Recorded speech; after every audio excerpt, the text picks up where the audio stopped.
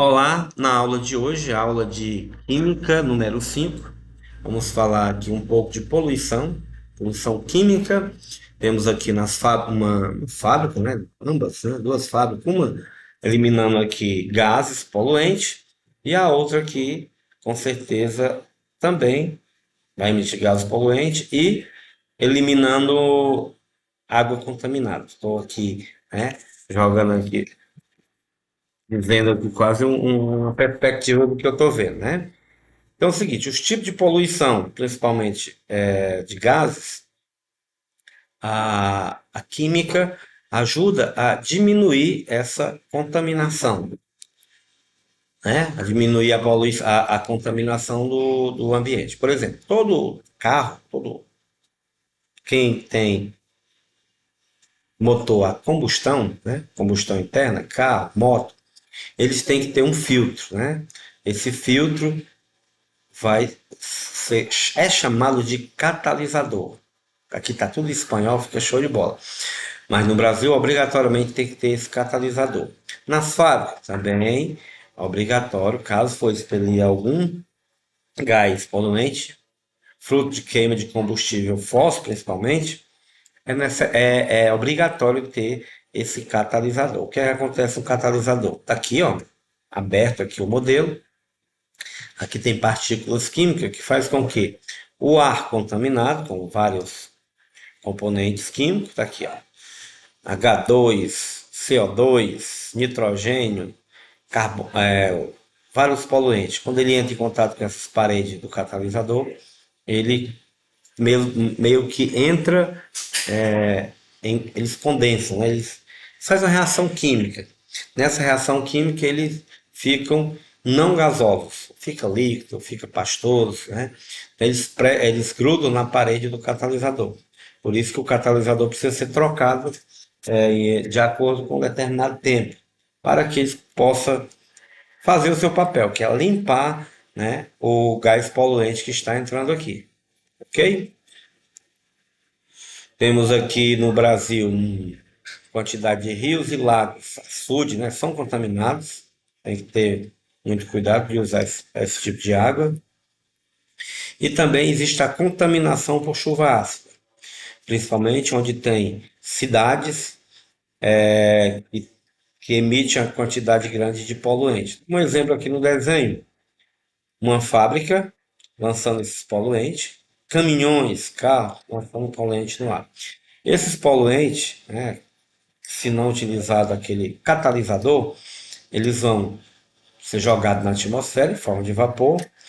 Quando chega lá na atmosfera, eles vão se ligar com a água, né, fazer uma reação química e esses componentes se tornarão ácidos e vão cair em forma de chuva ácida. Nesse componente aqui, nesse slide, fica até melhor. Todos os poluentes aqui, fábrica, carros, vulcões, né, que é uma fonte de poluentes, que é a fonte natural, lança enxofre, que é esse S, os carbonos, né, aqui ligado ao oxigênio, são esses gases. Isso aqui é o dióxido de enxofre, dióxido de carbono, monóxido de carbono, dióxido de nitrogênio, são expelidos por essas fontes poluentes. Quando chega lá em cima, eles aqui são os poluentes primários, eles em contato com a luz do sol e com partículas de água, né, gotículas de água, transformam em ácido denso, né, e, claro, cai em forma de chuva. Esses aqui já são os poluentes secundários, né? Temos aqui H2SO4, são ácido de enxofre, né? Esse aqui outro ácido nitroso, ácido nitrogênio. Esse ácido aqui é ácido sulfúrico. Esse S aqui de enxofre passa a se chamar na nossa língua ácido sulfúrico, porque o S de enxofre em latim é sulfa, né? Então vai ter esse nome como ácido sulfúrico. E esse ácido é o mesmo utilizado nas baterias de carro. Ou seja, é bem corrosivo quando a chuva ácida cai e entra em contato com construções, ó, como essa aqui, ó. Elas são como o ácido bate aqui no concreto, né, por dizer assim, ele vai corroendo. E o componente que é expelido que tem nos combustíveis fósseis é o enxofre. Está aqui a molécula dele, é o dióxido de enxofre, é o SO2, dois oxigênio e um S, um enxofre.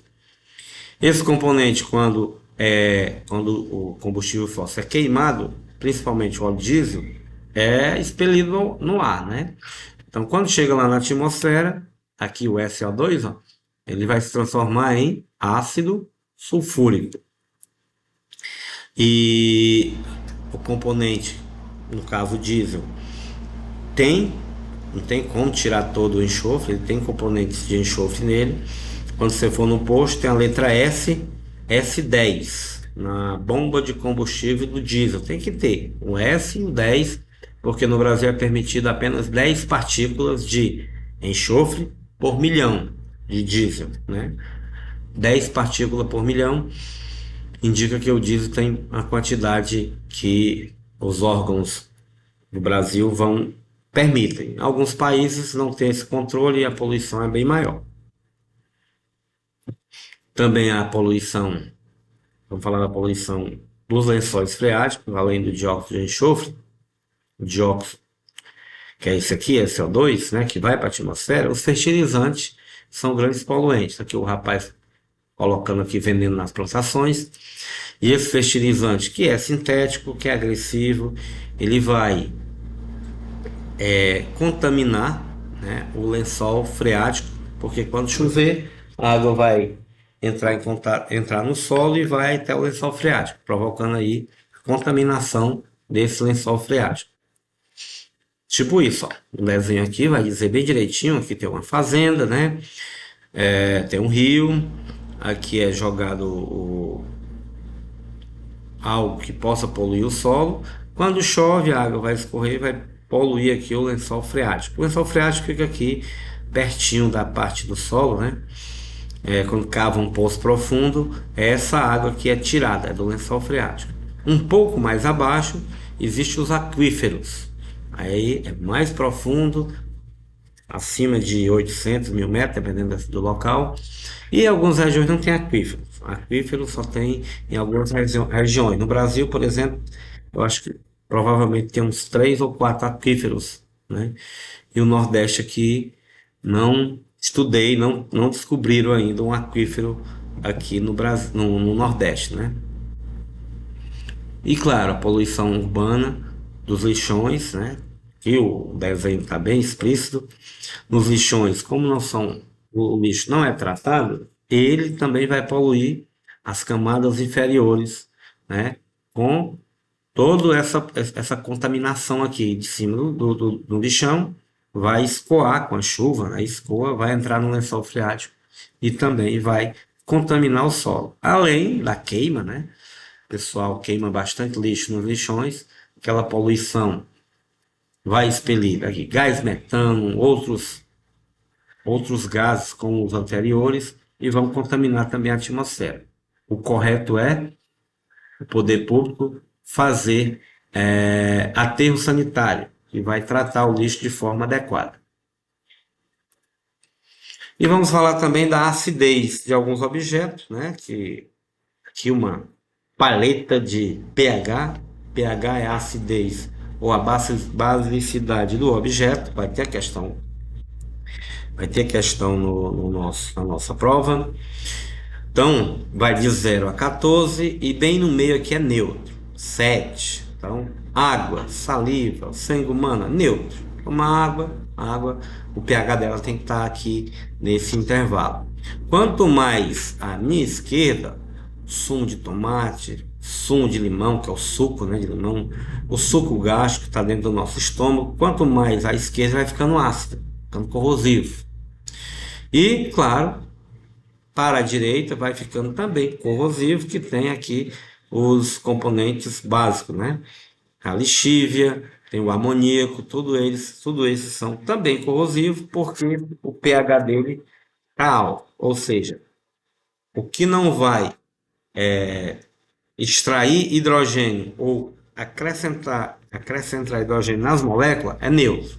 Se for ácido, ele vai fazer arrancar o hidrogênio, né? Porque tem esse pH, ele vai tirar hidrogênio, e se for básico, vai colocar hidrogênio, grosso modo, né? O professor de química estiver ouvindo, assistindo aí, tem explicação mais detalhada. Mas aqui é como esses componentes ele trabalham com o hidrogênio. O hidrogênio está na água, né? Então o ácido ele vai ter uma atuação no hidrogênio, em contato com a pele, como a pele da gente tem o hidrogênio, né? Tem água, então ele vai corroer tirando esse hidrogênio. Assim como o produto básico, ele vai quebrar a molécula lá, acrescentando hidrogênio, vai quebrar.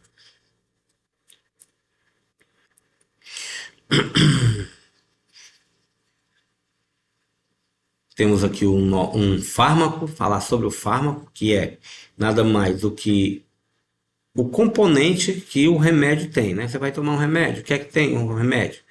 Normalmente, né? Agora a caixinha tem aqui o nome do laboratório, tem o nome do colírio, né? Vai ter o nome de propaganda, e aqui é o fármaco. Aqui, ó, cloridrato de nafazolina, aí tem a quantidade de miligrama por ml.